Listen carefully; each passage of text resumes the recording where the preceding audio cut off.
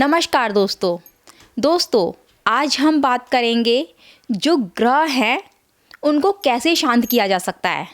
ध्यान से सुनना दोस्तों, बहुत बड़ी बात है। लोग क्या करते हैं, अक्सर ज़्यादातर लोग ग्रहों को शांत करते हैं पूजा पाठ के जरिए, हवन के जरिए। तो दोस्तों ग्रह ऐसे शांत नहीं होंगे। हम एक शनि ग्रह को पहले लेते हैं। शनि ग्रह क्या है, किसका काम करते हैं? पुलिस इंस्पेक्टर का, ठीक है। लेकिन हम क्या है, उनको डर के कारण पूछते हैं। ध्यान से सुनना दोस्तों, हम क्या है, उनको डर के कारण पूछते हैं। जो शनि भगवान का जो मंदिर है उसके अंदर शनिवार के दिन ही दीपक जलाते हैं, मंगलवार के दिन ही दीपक जलाते हैं, किसी और दिन नहीं। तो दोस्तों क्या वो शनि देव भगवान सिर्फ यही हफ्ते के 2 दिन रहते हैं? किसी और दिन उनकी कोई दृष्टि नहीं पड़ती है? दोस्तों ऐसा बिल्कुल नहीं है। जो आप कर्म करते हो ना, तो वो क्या है, वो ऐड होते चले जाते हैं। आपका जो कर्म लेख है वो लिखता चला जाता है। वो आपका ये जो भाग्य है वो तैयार करता चला जाता है। आपका भाग्य है, आप चाहे बुरे कर्म करो या अच्छे कर्म करो। अगर आप बुरे कर्म करते हो तो शनिदेव भगवान का काम केवल इतना ही है, आपको पकड़ के उठा के जेल के अंदर डाल देना। लेकिन जेल के अंदर से निकालना और फिर उसको सज़ा देना वो किसी और का काम है, वो शनि भगवान का काम नहीं है।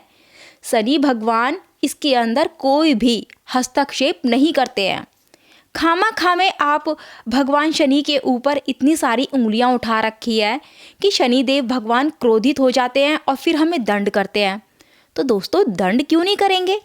पहली बात तो ये कि दंड करने का उनका काम नहीं है, केवल वो अपनी कुदृष्टि डालते हैं। बाकी जो काम करता है कोई और करता है, उनके ऊपर भी बैठा हुआ है।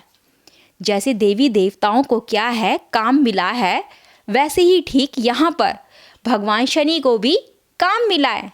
तो क्यों इनके इनके ऊपर क्यों उंगली उठाई जा रही है, कि इनसे क्यों डरा जा रहा है? दोस्तों शनि देव भगवान बहुत अच्छे हैं, वो कभी रिश्वत नहीं लेते हैं। लेकिन क्या है, लोगों ने उनको भी नहीं छोड़ा है। उनको रिश्वत देती है, पूजा पाठ करती है, लड्डू चढ़ाती है, दान करती है कि शनिदेव भगवान का गुस्सा शांत हो जाए। अगर आप ग्रहों को शांत देखना चाहते हो, शांत रखना चाहते हो, तो दोस्तों अपने कर्मों को अच्छा रखो। कर्म अच्छा तो सारे ग्रह अपने आप ही शांत हो जाएंगे। मैं आपको दोस्तों एक छोटी सी बात बताना चाहती हूँ। ध्यान से सुनना। जब महाभारत हो रही थी ना, तो धृतराष्ट्र ने क्या है, एक किसी पंडित को बुलाया था, पंडित पुरोहित को। उस टाइम के तो पंडित भी बड़े महान हुआ करते थे। तो क्या है, पंडित से पूछा था कि बताओ मेरे बेटे की जो कुंडली है वो कैसी है, उसके भाग्य में राज योग है कि नहीं। तो उस पंडित ने बड़े शान से कहा कि हाँ महाराज, इसकी कुंडली में बहुत बड़ा राजयोग है, ये तो केवल राज ही राज करेगा। तो दोस्तों गलत नहीं खाता उसने, राज ही राज था, क्योंकि उन्हें पांडवों को कुछ नहीं चाहिए था, केवल 5 गांव चाहिए थे। ठीक है, 5 गांव, वो भी दुर्योधन ने मना कर दिया था। दुर्योधन ने क्या बोला था कि मुझे केवल युद्ध चाहिए। ध्यान से सुनना, कर्म कर रहा है, लेकिन शुरुआत के क्या है, 8-9 दिन बीत गए। बीतने के बाद क्या हुआ, आधी सेना खत्म हो गई दुर्योधन की। जब आधी सेना दुर्योधन की खत्म हो गई तो धृतराष्ट्र क्या है, उसको क्या है, खलबली मची। उसने फिर से उस पंडित को बुलाया। जब उस पंडित को बुलाया तो उससे पूछा कि तुम तो ये बोल रहे थे कि मेरा पुत्र राजयोग करेगा, लेकिन कैसा यह राजयोग, इसकी तो आधी से ज़्यादा सेना खत्म हो गई है।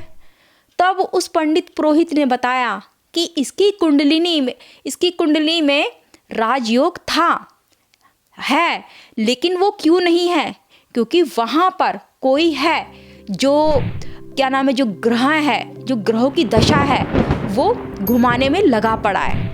और वो कौन है नहीं जानता मैं। तो वहीं पर विदुर जी भी बैठे थे।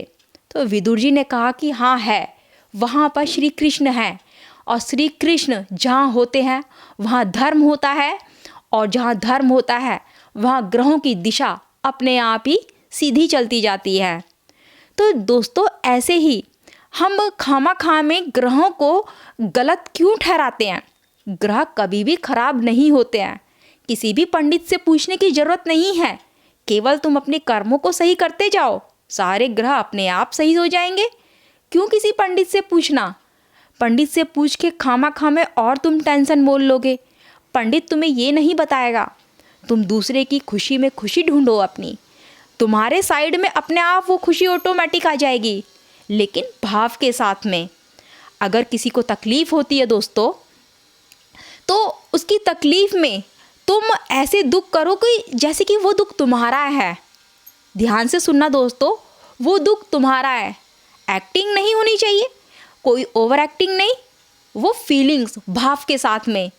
तुम्हारा दुख अपने आप ख़त्म हो जाएगा। लेकिन अगर तुम किसी के भाग्य में, अगर तुम किसी के पाँव में कांटे चुभोते जाओगे तो वो कांटे तुम्हारे सामने खुद ही आते जाएंगे। दोस्तों मेरा कहने का मतलब सिर्फ इतना ही है कि तुम किसी के सामने कांटा मत बनो, किसी के सामने से कांटे निकालने की कोशिश करो, उन्हें निकाल के बाहर करने की कोशिश करो। दोस्तों जो करोगे वही मिलेगा।